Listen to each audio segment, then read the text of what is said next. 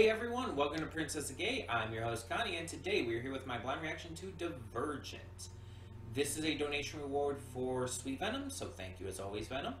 And I have no idea what this is actually about. See, I know that Divergent is one of those older teen slash young adult series in the same vein as Hunger Games, or I guess The Maze Runner is something it's been compared with. Things like that. And I know that there's a trilogy of these movies, but otherwise I don't know anything that it's actually about. Like, I don't know the plot at all. And as I always say, that could be seen as a good thing, going in as blind as possible, but yeah, I have, like, no preconceptions to this at all. I will say, like, compared to the others, like, I've never seen the Maze Runner stuff, but I have seen the Hunger Games movies. So, if there's any kind of connection to that, I've at least seen that. I don't know, like I said, I don't know what to expect at all with this movie. I don't know what it's gonna be like. And I feel like with this kind of thing, just based off my experiences with films and franchises in this kind of realm,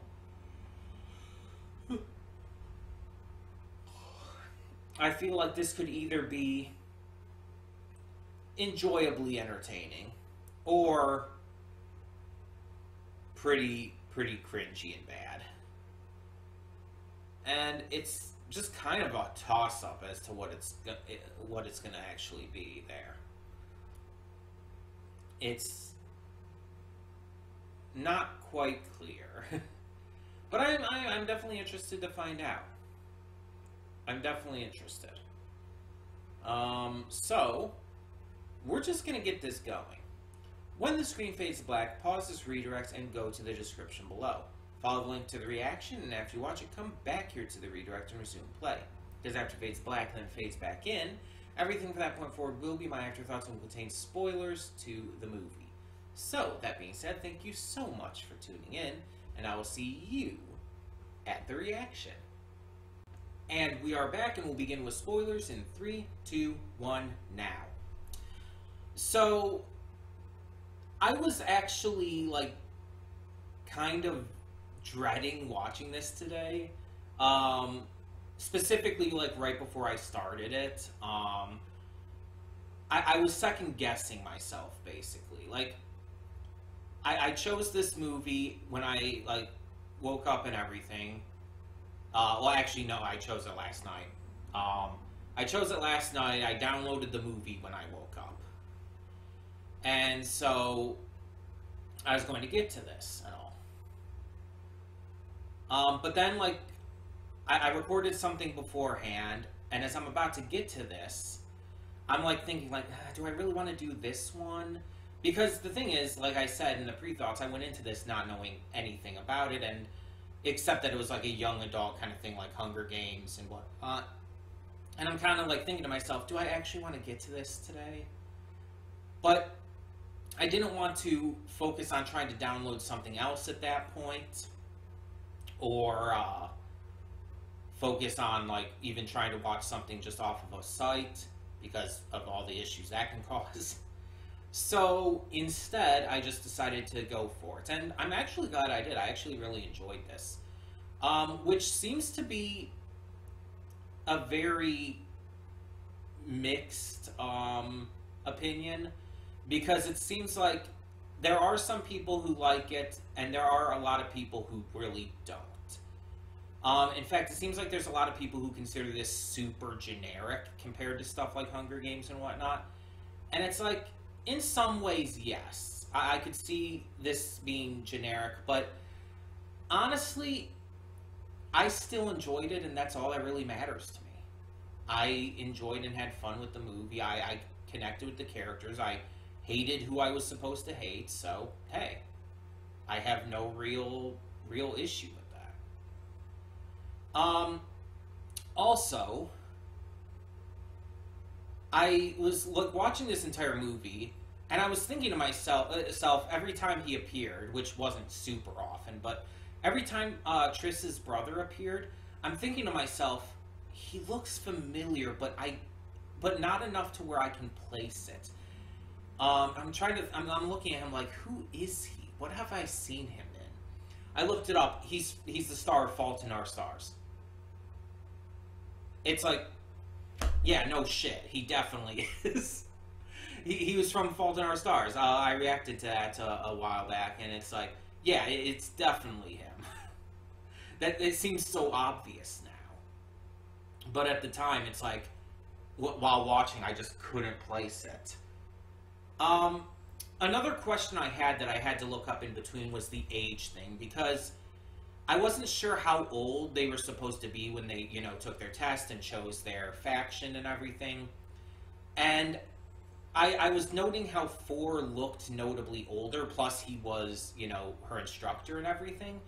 So I'm trying to think, like, what's the age here? And so I looked it up. Apparently, it's different between the original book and the movie.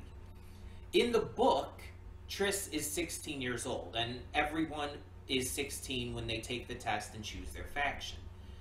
And Tobias, 4, is 18, so he's 2 years older. Usually most people will give that 2 to 3 year gap when it comes to, like, oh, just turned 18, has a relationship with a 16-year-old, but going kind of below that, most people kind of agree it's just a little creepy. But it's like, oh, this person's 18, is like, just turns 18, but their partner is 16. It's like, yeah, that's a little more understandable. It's definitely worse if, like, a 25-year-old tries to get with a 16-year-old, but an 18 to 16-year-old, it's like, it's more acceptable. It's more acceptable. Or definitely, like, an 18 and a 17-year-old. Like, that's like, they're 1 year apart. It's not that big a deal. It's not. But they were also aged up in the movie. So in the movie, Tobias, what I have listed here says Tobias 4 is 24 years old. He was aged up to 24. I presume because of the actor's age, because the actor, from what I read, was 28 when this was filmed. So they were able to, like, get it by with claiming he's 24, which I believe. He looks young enough to where I could believe he's 24, but, like, too much younger than that, and I would say no. But I can believe that. And Triss is made to be 18, which is kind of what I was thinking. I was thinking that she looked like she would probably be about 18. And it kind of made more sense to me anyways. Like, the idea of them being, like, 16 when they take this test and choose their faction makes no sense to me. Especially when, in some cases, they are torn away from their families and live on their own and all. Except, I guess, in the Dauntless faction. In which case, well, actually, I don't know how it would have gone afterwards. That was just during their testing and all. They might have lived on their own afterwards. But anyways, making them 18, having that test come with adulthood just makes so much more sense to me. So, even though 4 is now 24 years old, her being aged up to 18 makes it, acceptable. If she were still 16... in the movie, that would be fucking creepy. That relationship would be excessively creepy. But they aged up the characters, and I think that was just an extremely smart idea. Like I said, though, I really did connect with the ideas and everything in here. The concept being that individuality is important, and that the people who try to control you and try to, like, steal away your individuality to make you just another cog in a machine are the enemies. And it's funny, it's really funny, and I don't think this was the intent with the movie or the book, probably. Though it might be, I don't fucking know. But it's very much a big fuck you to capitalistic society. Because capitalist society is built on this very thing, control. It's built on the masses being controlled by the wealthy few. And basically being forced to ignore their individuality, ignore their sense of self to be another cog in the capitalistic machine. They have to do the job to get to just survive. Like you have to work, and you have to have like a certain amount of hours and everything. You have to just sap away your entire life just to be able to survive. And it's just like it's obviously a extreme dystopian view of it in this movie, and more likely the book too, but still, nonetheless, the idea is still there. And the entire thing is like, the entire time I'm watching, it's like it's so like insane that this is how the society has been running, and that it's been running like this for some period of time. We don't exactly know how long. Because it's like that. I just don't think a society like that would actually work. Like, to this degree. Obviously, again, capitalistic societies and stuff like that do work like that, but the degree that it's shown in this, I don't think people would agree to. I don't think people would agree to this kind of constricting faction system. Because, like I mentioned many times throughout the film, being divergent in this film is basically just being a normal human being. It's basically just, you're a normal-ass human. And so all the normal-ass humans in real life, like, this is just how, it just wouldn't work, because people wouldn't adhere to it. Even in the face of, like, the proposed danger outside of the fence and everything, which we don't even know if is true or not.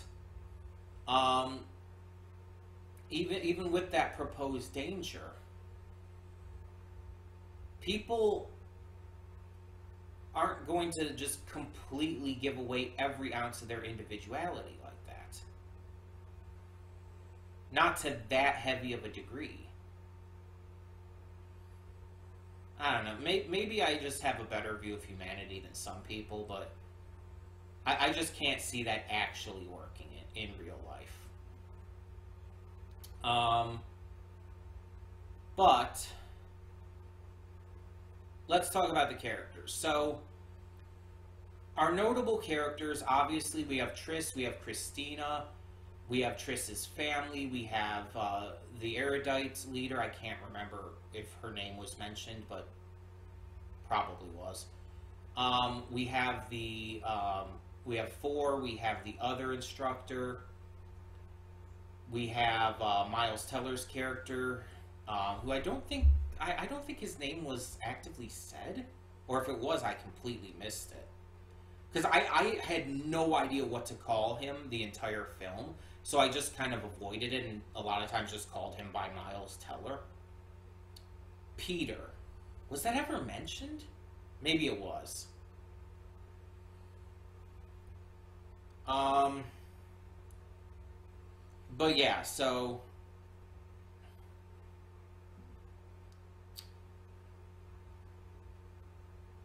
Okay. So let's go over the characters. I'll just, I guess, kind of just go through this with this list here. Triss is a good main character. Being a divergent, being someone who has, you know, humanity, allows us to connect with her and allows us to see how fucked up this entire system is. We are able to see through her boots, and we understand her initial excitement and enjoyment of being in Dauntless, especially because, like she mentioned, she kind of always looked up to them. But we also see how she becomes disillusioned with it and why. We understand the fears, the concerns, and once like the big climax hits with, you know, Dauntless being controlled to take out Abnegation, which by the way, I was completely saying it wrong the entire time. I kept calling it like abjuration and stuff. Because like every time it was said, I felt like it was said wrong, even though obviously it's not said wrong in the movie. I'm just like, my brain's not processing that it's abnegation. It's like, it just sounds wrong to me. I don't know why, but we see her side of it, and we understand her. We agree with her. We side with her. It makes her a sympathetic and likable main character. Her personality is good. The acting from Shailene Woodley was fantastic. She was good. She's not like the most memorable main character I've ever seen, but still. Theo James played 4. And at first I wasn't sure about him. And I think that was pretty clear in the reaction. I kind of felt like he's like teetering on the edge of whether or not he's a good guy or a bad guy. But eventually it was made very clear he's a good guy and was helping her out. And it was also kind of made clear, even before it's actually stated, that he knew she was Divergent and was still helping her. Because, as we find out, he's Divergent. And so it's like, okay, I can dig it.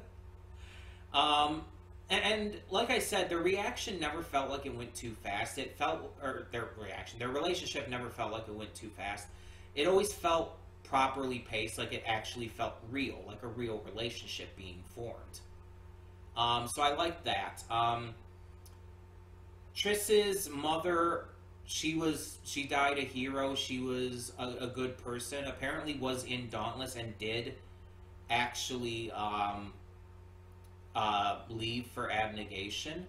And it was said that Abnegation was taking in like those who were factionless and whatnot. And I'm wondering if that's what happened with her. If she left Dauntless, became factionless, and Abnegation took her in. That's kind of what's implied, but I don't think it's ever directly said. We also have her father, played by Tony Goodwin.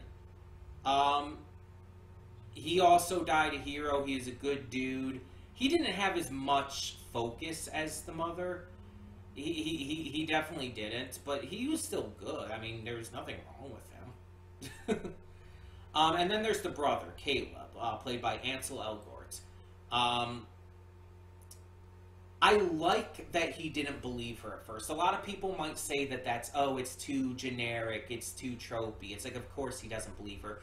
That's how it always goes. It's like, tropes aren't necessarily a bad thing. I say this all the time. I say this in a lot of things. Tropes can be good if they're handled well. They're tropes for a reason. They're used in a lot of different movies, shows, games, etc. for a reason. Because they're effective. And if utilized properly, they're good. They help a story. And I think it was utilized properly here. It never felt like it was wrong for him to believe that, especially because he became a member of ReDirect, who we know was fucking behind all this brainwashing and shit. Like, they are the top of the pyramid when it comes to all of this shit. Of course he was brainwashed into not believing his sister when she came to him with the issues. Like, of fucking course. That's not even a surprise. That's just... It's honestly, it would be bad writing if he wasn't. And the fact when he finally found out and went back to join his family, completely betraying ReDirect and becoming factionless, it's like, yeah, I like that he did it, and it's like, cool. I do wish we had gotten to see him realize that. That's the only hang up I have. I wonder if in the book it gives us that scene. That's the only hang up I have, but this movie was already so long. It was like 2 hours and 15 minutes long. It's like, I don't think they needed it, but I would have liked to see it nonetheless. We also have Jai Courtney, who was Eric Coulter, the leader of Dauntless. Honestly, he barely did anything. He was there. He like gave some orders and told people what they were doing. Let's be honest, he didn't have as much of a role as the bad guy, who I'm trying to figure out who the bad guy was. The other instructor.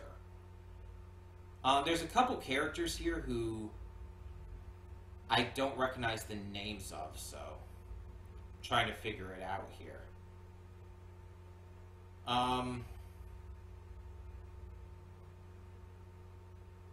Hold on. No, wait, I think it was Jai Courtney. Shit, sorry, I'm thinking of a different person. Was I thinking of Max? I think I'm thinking of Max, who was the guy I thought. Jai Courtney, I thought he was just the instructor, right?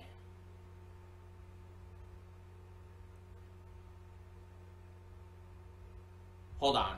I got a way to look. I'm just going to look up Jai Courtney Divergence.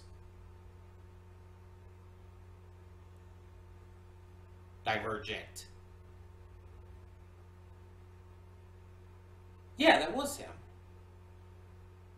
Also, it's funny, he was Captain Boomerang in Suicide Squad, and it's like, I would not have realized that was him. He was the leader? I thought the other guy was the leader. Hold on.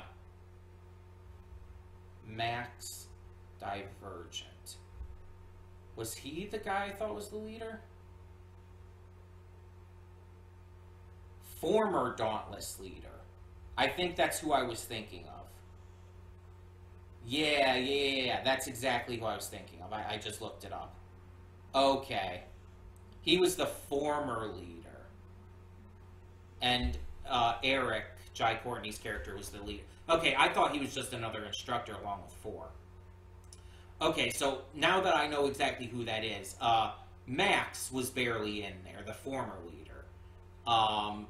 He didn't really have that big of a role. He was just kind of there, gave some orders, told them what they were doing at a couple points, yada yada. Eric, the current leader, was a fucking asshole, and I hated him. I hated him so much. Like, he was just terrible. Like he was honestly evil. There's no getting around it. He's completely evil. He was complicit in the mind control shit. Complicit in Dauntless helping the takeover of Abnegation and all by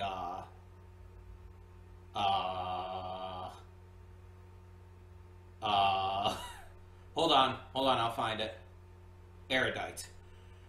Sorry, it's like some of I mentioned I might not remember every name, and I'm not remembering every faction either. But he was complicit in that. He was just the worst. He was so terrible. We barely saw any of Marcus, but I'm kind of like, it's kind of unclear if he actually did abuse his son.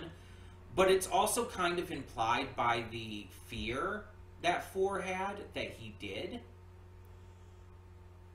And I'm wondering if he's going to become better, like, as it goes along, like, as we see in the second movie and everything. I wonder if, like, that's going to be a big part of, like, his character going forward. Because he became factionless with everyone else at the end, so it's him, 4, Triss. Christina's not with them at the moment, but she might join them. Caleb is with them. I think that's it. Miles Teller's character, Peter, was just a jerk the entire time. He was just a jerk. Nothing more to say about him.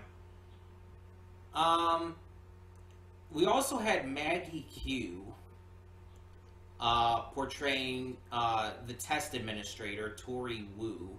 Apparently was her name. I don't think we ever heard her name, but okay. She actually seemed to have more of a role in it than I would have expected. she kept coming back, and yeah, she showed care for Triss. And I'm wondering if she's going to have a bigger role going forward, or if she's just going to be this. I kind of feel like she's almost set up to have a bigger role, but it's kind of unclear if she's going to. And then the last one I'm going to touch on was Janine Matthews, the leader of ReDirect, who was played by Kate Winslet. It's Kate Winslet. Like, come on. Of course she was amazing. She was a good, ruthless, but also, like, she's that kind of villain who's ruthless, but in a way where she's always smiling and acting nice. You know what I mean? That kind of two-faced, overly kind, almost kind of creepy villain who's so nice and happy and friendly and only wants what's best for people. I really kind of wish she died, and that's a credit to the movie, honestly, and definitely a credit to Kate Winslet's acting, because she was so detestable, she was so hateable, and it's just like, honestly, the most hateable character in the movie, even more so than Jai Courtney's character. She was just so damn ugh. And it's like, I kind of wish that she was taken out in the end, but at least she has to live with the fact that she got controlled. She shut down the program and erased all of the files and everything. She has to live with that forever. Erudite is not going to be taking over Abnegation. But also the fact is, the leader of Abnegation is also leaving. And they're leaving the city, it seems, so old Chicago or whatever. So what is the goal here? I assume that's going to continue straight away in the next one with Insurgents, I think the second one is called. So I assume it's going to continue with that. Now, the term Insurgents kind of implies that they are going to form an uprising against just the entire faction system, which could be very fun. I wonder if Kate Winslet's going to return in it, because, again, since her character didn't die, she easily could. I would like to see her return and have the entire facade of being this nice, respectable person just completely dropped. Like, having her just be a psychopath, like, just crazed and angry the entire time. That would be actually really cool. just to see how far she's fallen, how disheveled she's become and shit. It's like, that would I think that would actually be a really cool idea. But yeah, I think the big thing I want to see is the faction system dismantled. That's the big thing that I want to see with the future of these films. Let me see. I know there's Insurgent. I believe that's what the second one is called. Let me see.